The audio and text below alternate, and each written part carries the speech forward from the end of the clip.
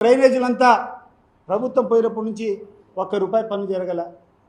దాని కూర్చొని మాట్లాడండి. ఎందుకు జరగడం లేదయ్యా ఈ పనులన్నీ? ఈరోజు పనులందరూ కూడా సామాన్య ప్రజలంతా ఇబ్బంది పడుతున్నారు. రోడ్లు సగం సగం తొగిపెట్టినారు, ఈరోజు అవన్నీ కూడా నిలిపేసినారు అని చెప్పి అడిగితే దాన్ని మేము కూడా సహకరిస్తాం. ఇది వదిలిపెట్టి కూర్చొని తడిసిపోతాయంటే ఏందా తడిసిపోయేది?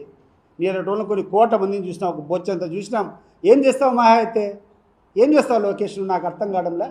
లోపల పెడతావా, కొడతావా, చంపుతావా? ఎంతమందిని చంపుతావు, ఎంతమందిని కొట్టిస్తావు? రేపు నీ పరిస్థితి ఏంటి అని చెప్పి నేను అడుగుతాండా. నీకు ధైర్యం ఉంటే నువ్వు కొట్టించు. బట్ నీకు అదే ధైర్యం ఉంటే రేపు నీకు అధికారం లేనప్పుడు నువ్వు మొగోని మాదిరి ఈ రాష్ట్రంలో నిలబడుకుంటే ఆ రోజు వచ్చి నీకు సాష్టాంగం పడతాను నేను. ఆ రోజు పడే కష్టాలు నువ్వు కాదు. విపరీతంగా సంపాదించుకున్నావు, వెళ్ళిపోతావు నువ్వు ఈ రాష్ట్రం వదిలిపెట్టి.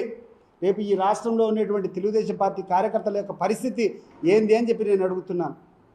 నువ్వు ఏదో గొప్పలు కొట్టుకుంటాండవు, డైవర్షన్ పాలిటిక్స్. ఈరోజు కూర్చొని రోజుకొకటి లేని ఆరోపణలు చేసుకొని జగన్మోహన్ రెడ్డి ఇట్లా చేసినాడు, రామచంద్రారెడ్డి ఇట్లా చేసినాడు, కాకాని గోవర్ధన్ రెడ్డి ఇట్లా చేసినాడు, లేకుండా అంటే వంశీ ఇట్లా చేసినాడు, రోజుకొని జైలు పంపిస్తాండవు.